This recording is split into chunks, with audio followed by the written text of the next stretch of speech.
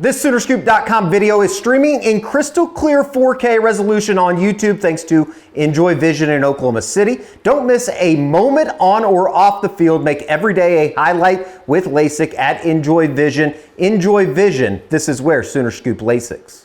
Hello and welcome to the Family Business. I'm Joe Castiglione Jr. alongside Isaac Stoops. Big week, big Bama week, so we'd have a big-time guest. We got Dusty Dvoracek on the show. Dusty, how's it going, man? It's going great, boys. How we doing? Doing good. We're doing fired up. We're doing really good. The weather's starting to change a little bit. You know, November football just means a little bit more. And guess what? When you're in the playoff hunt, it's a little bit more fun too. And so we'll take that. I mean, this Oklahoma season has kind of, it's had some ups and downs, but everything's still on the table. And if you would have told this Oklahoma fan that, like, hey, you're going to have a chance to go to the playoffs in November, you would have taken that. So, but with all that talk with, Brent's future in the season, before the season, how do you think Oklahoma's rounding out in 2025? And then do you think because of how they rounded out, that should kind of take all the talk of Brent's future off the table? Yeah, well, look, I think it's been a really good start to the year. 7-2 at this point. When we were coming into the year, I think the question was, can they get to – well, what did Vegas have them at? Was it 6.5? 6.5. So they already hit the over. I think they've already hit the over. Correct. Okay, and they got 3 games left. So I think it's been a really good start to the year. Would you like to perform better in Dallas? Sure. Would you loved it if you could have won a game against Ole Miss? Absolutely. But I think all things considered, you're sitting here 7-2 coming off a bye, and you're right there in striking distance for the college football playoff. And you've got 2 games at home after this trip to Tuscaloosa that feel a lot more different than they did before the year, right? I think now the expectation is, man, if Oklahoma can beat Alabama, there's a legit path to 10-2. Very few, if any, people thought that was even possible. So it's still premature to really say. I think this has been a really good start. There's a chance that it's a great season. But I think I like what I've seen so far, especially out of the defense. Look, I don't think, to me, there shouldn't be a conversation about is Coach Venables safe or not. Has he done enough to keep his job? I most certainly think that he has. And I thought really there was an exclamation point that win in Nashville. I thought that game was so important to go on the road and win. It was crazy when the stat came out that that's the first ranked road victory since 2019. Wild to think that it's been 6 years since that's been the case. So I thought that was huge. And I think, when you hit the bye with a win like that, I think it allows you to exhale a little bit, feel good for a second, refocus, re-energize, and really attack this final 3-game stretch at full strength. So I've been really happy with what I've seen from Oklahoma. Could the offense be better? Absolutely. But it's elite championship level defense back at Oklahoma. And you boys know me. I love to see that. Last year we were asking you about, a revamped D-line. This year we're talking about, arguably one of the best, if not the best in the country. How would you say that, this D-line stacks up against like a D-line like yours and Tommy Harris or GK's in 08, 09? Yeah, GK, Adrian Taylor. It's a fair question, Isaac. I don't know. I'd rather compare it to other defensive lines out there in college football now, and I think it stacks up with anybody. I think you put the depth at D tackle, how well these edges have played, and I think that they're as good as anybody in college football. And I think that's exciting. That's fun. When I pop the film on each week, when I'm watching them on, Sunday or Monday morning, whichever it is, I see a physical group. I see violence with their hands. I see relentless effort to the football, whether that's in the run game, that's in the throw game. And, that's all I can ask for. I think, a factor in this game is, what's our Mason Thomas's health? Yeah. He's a game changer, in a game wrecker. And I think him in particular, he was already really good last year. I don't really care about numbers. Statistically, he's at 6.5 this year. He's at 9.5 last year. Just go watch him. The violence with his hands, the way I think, he disrupts so much, even when he's not getting the sack. I think he has really elevated and taken his game up a notch, which you hope for, but he's done that. So I don't know, guys. I got my fingers crossed that he plays, but I'm obviously listening to Coach Venables this week. It didn't sound overly optimistic, but you'd love to see it. The guy who I think is the most improved player on this team is Taylor Wine. He's a beast. I mean, this guy is something special now, and I think he's only going to get better and better and better. But the length, the size, the strength, the guy plays with such a high motor, and he's gotten really skilled with his hands, and you could see the power. The one thing I would say, like, as he gets into the offseason, he's going to eat himself into a 3 technique at some point. So I would just say, I would almost recommend. Who am I to recommend? I think the guy's on his way to being an All-American. And I think, like, going into next season, he's going to be one of the most talked about defensive linemen in the SEC. And I don't know how many people had that on their bingo card before the year. So I love what Coach Chavis has been able to do in development with this guy, and he's an exciting player. So I'm as fired up about him as anybody. But to me, like, he's probably weighing 270, 275.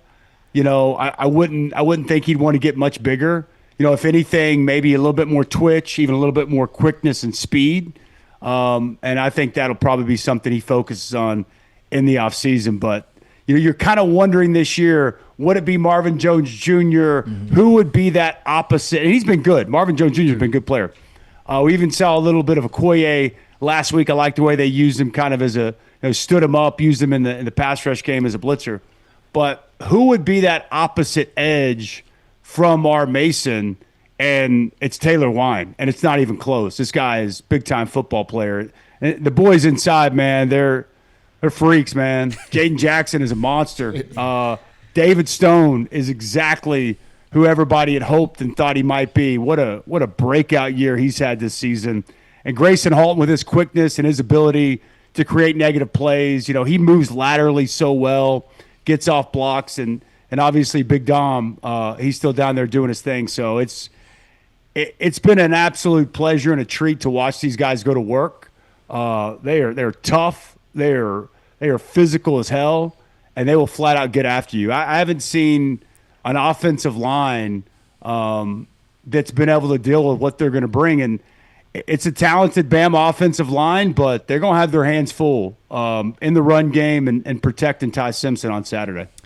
It's kind of funny because who would have thought, like, you listen to the chatter this week, it's like this Oklahoma D-line is the most talented Alabama's faced. And, and Alabama's faced Georgia. So try telling somebody 3 years ago that Oklahoma is going to have the clear better defensive line than Georgia would. So look, Joe, I just had Georgia. I did Georgia, Mississippi State on Saturday. And I got A&M this week. A&M's got a really talented defensive line. Cassius Howell is a beast. Cassius Howell's a beast. They got several guys that are really good. But I'm going to tell you, like, Georgia's a really good football team. I mean, Kirby Smart is to me, he's the standard in coaching right now in college football. And they still have talent everywhere.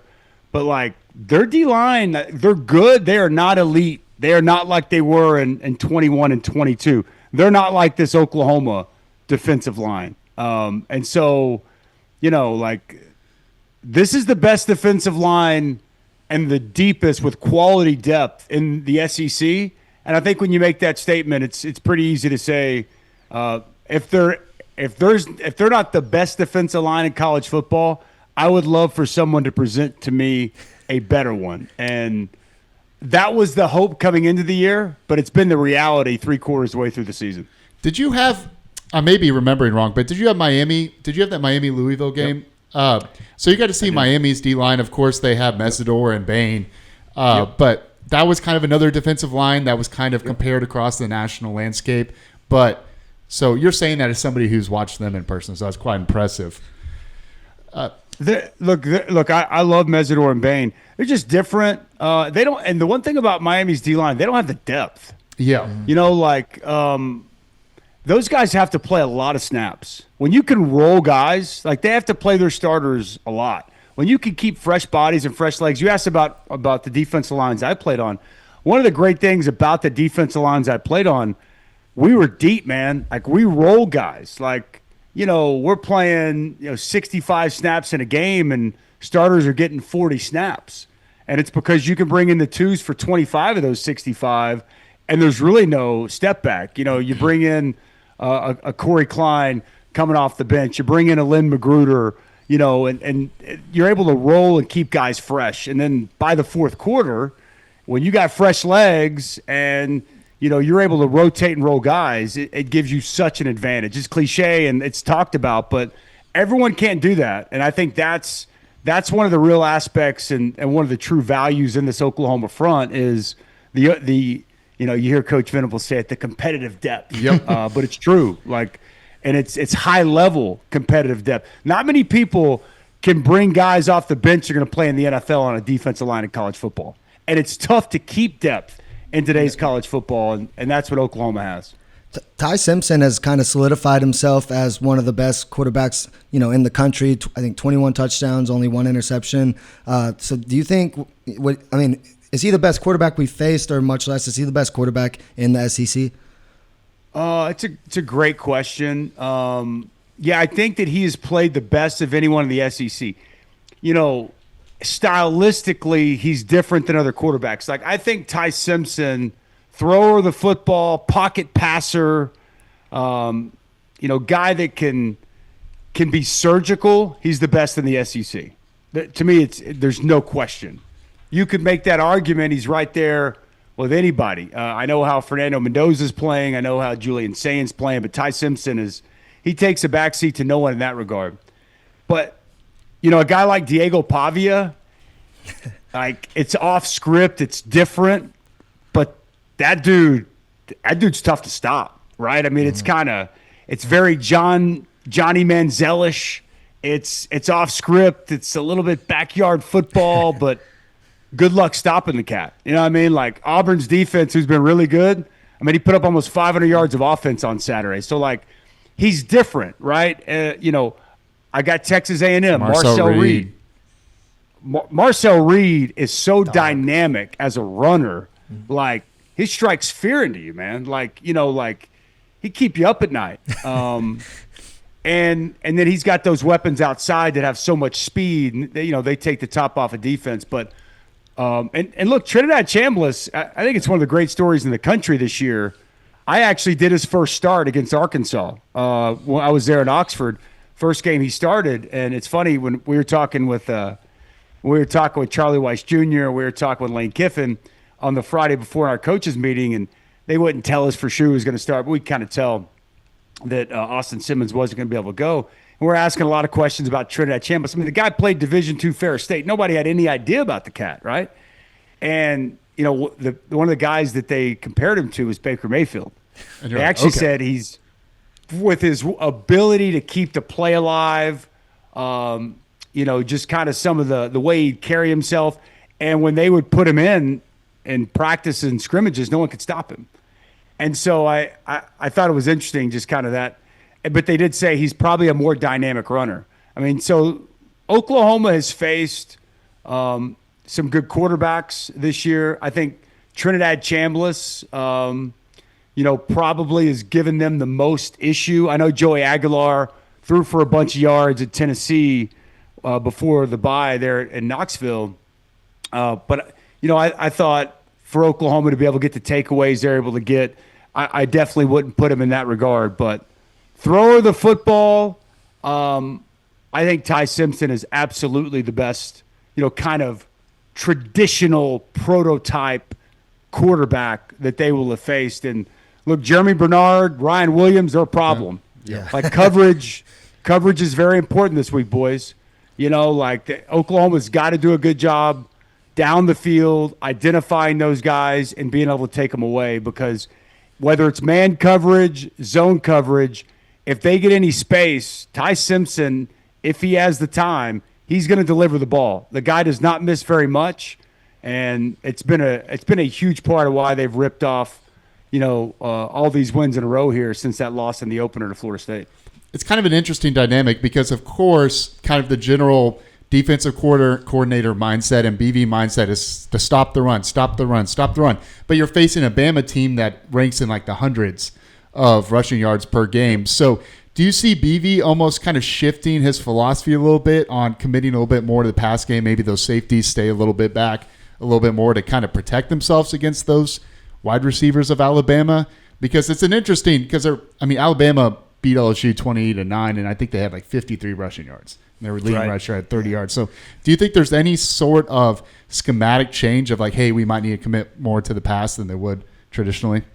I would think so. Yeah, and look, it's interesting because I picked before the year Alabama to play in the SEC championship game. And one of my main reasons was the offensive line, because they've got an outstanding center.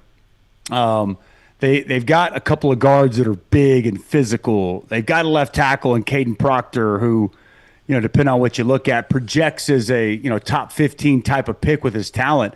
But they haven't played that way, especially in the run game. I thought, Alabama brought back Ryan Grubb, the offensive coordinator, who'd been with Kalen DeBoer, really all of the stops. Kalen DeBoer and Ryan Grubb, they've been together going way back when Kalen DeBoer, before he got in Division I football, and they found success every step along the way. And when DeBoer got the job, Grubb was initially hired. Then he got the opportunity at Seattle in the NFL. It just didn't work out. And so him getting back with Kalen DeBoer has been great for this passing offense.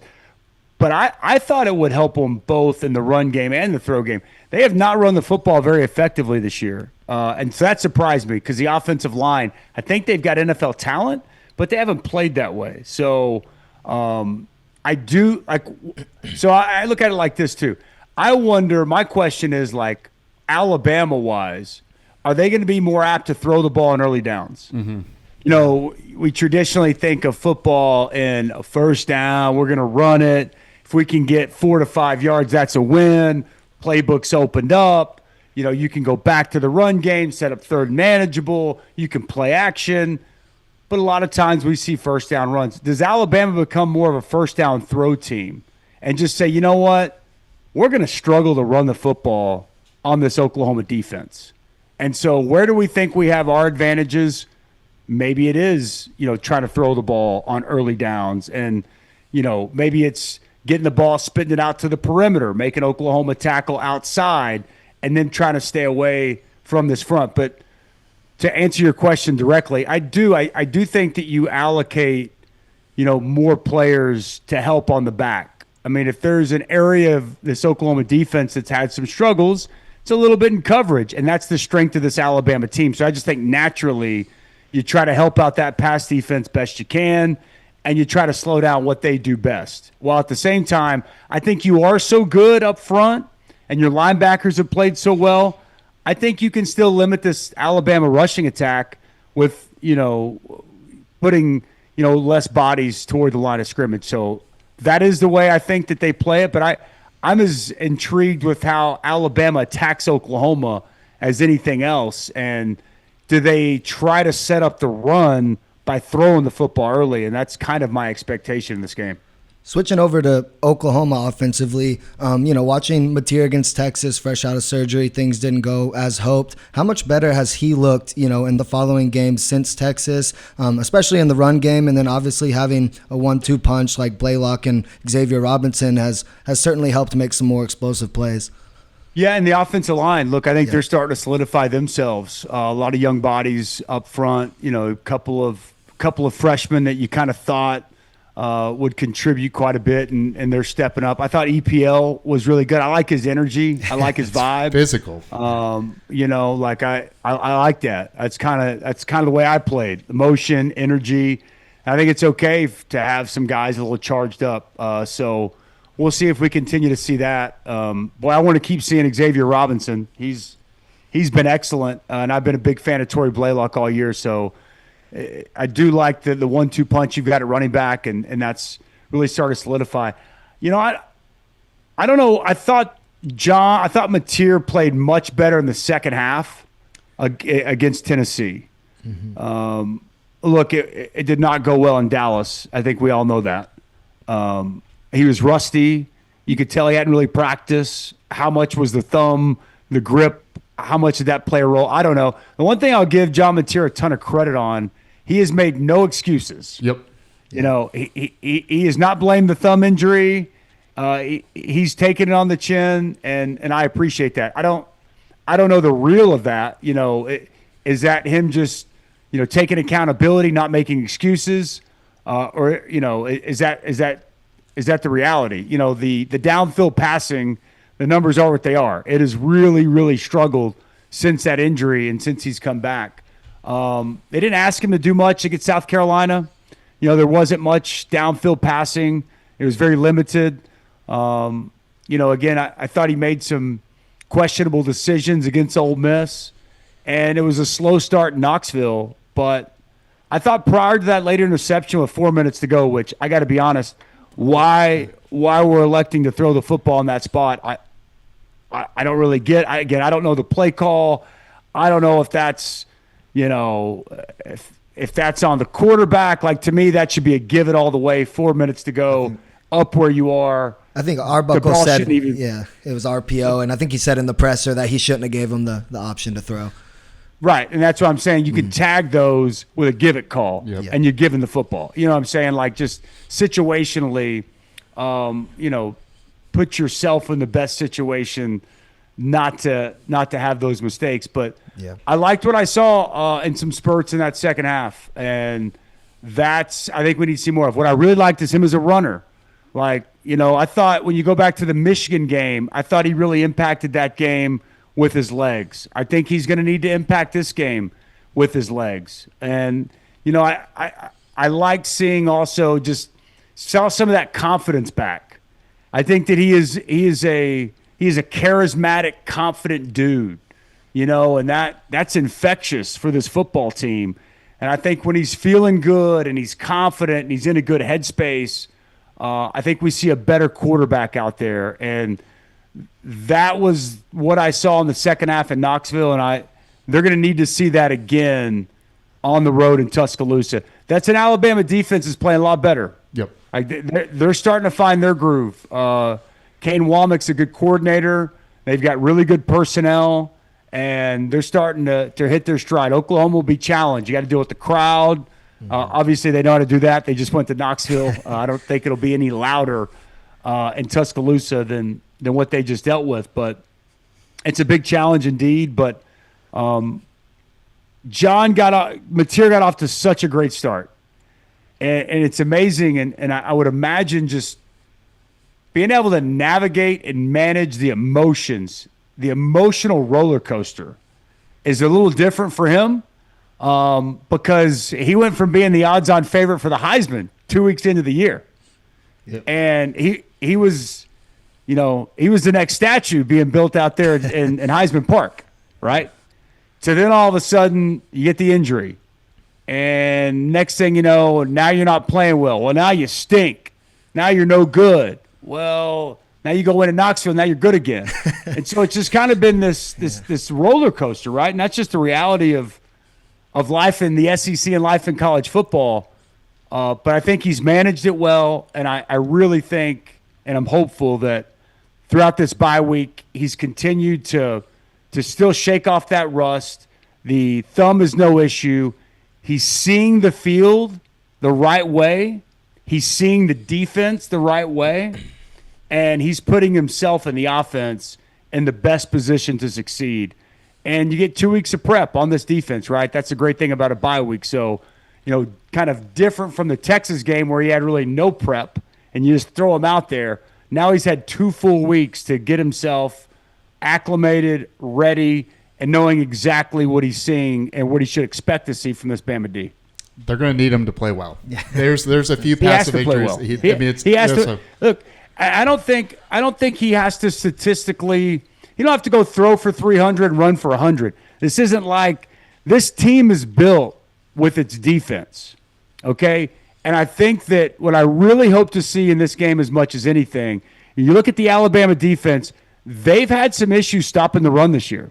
They've had teams that have been able to run the football on them. I really hope we found something with, you know, the offensive line that's a little bit revamped, with Xavier Robinson that's running downhill, and I hope that shines through here in this game. And when I say he has to play smart, he's got to be smart, mistake-free football. When layups are there, you make your layups, and it doesn't have to do a whole lot more than that to me. And I think that the impact he can have with his legs is huge. So I'm anxious to see how he plays and how he performs. But there's no doubt, like, two things to me are musts. Like, number one, and I heard it from a really good coach I played for, a man who's sitting right up here. He's always looking over my shoulder. And yeah, the pinky's crooked on that too. Perfect. You got to win the turnover battle. And I think that's why you got out of Knoxville with a win. And so defensively, a defense that struggled to take the ball away all year, they get 3 in Knoxville. They've got to be able to win the turnover battle. And that requires taking the ball away, but it requires being smart with the football. And I think that's one thing that Mateer has to do. If he's clean, he plays smart, and when opportunities present themselves, he takes advantage. I think Oklahoma's going to have a great shot to go in there and make this a really competitive game. This will be the one last thing before we got to get out of here, but this is going to be the first time Oklahoma goes to Alabama since 2003. Of course, you played in that game. The infamous fake punt and the past Michael Thompson gunner. Quick Big Joe story. He told me to bring it up because he said he was sitting on the sidelines and he said, that's when I knew Coach Stoops had some balls when he went for it on his own 31, 4th and 10. So that's Big Game Bob at his best. I remember I was like, what in the hell are we doing? Until Mike T caught it, and I was like, that's a hell of a call. You got to have some cojones, boy, to make that call. Where was it? I was like at the 28-ish? 31.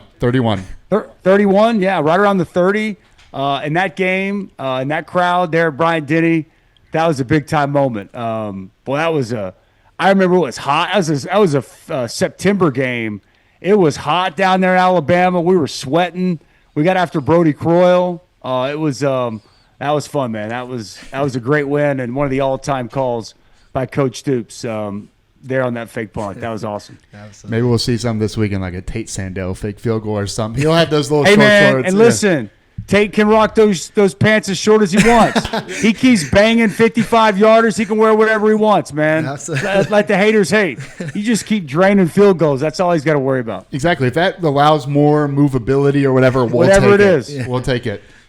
Dusty, we appreciate you. For everybody watching, remember to like, comment, and subscribe. That helps us help you. And we'll catch you next week with another edition of The Family Business. Remember to keep in the family.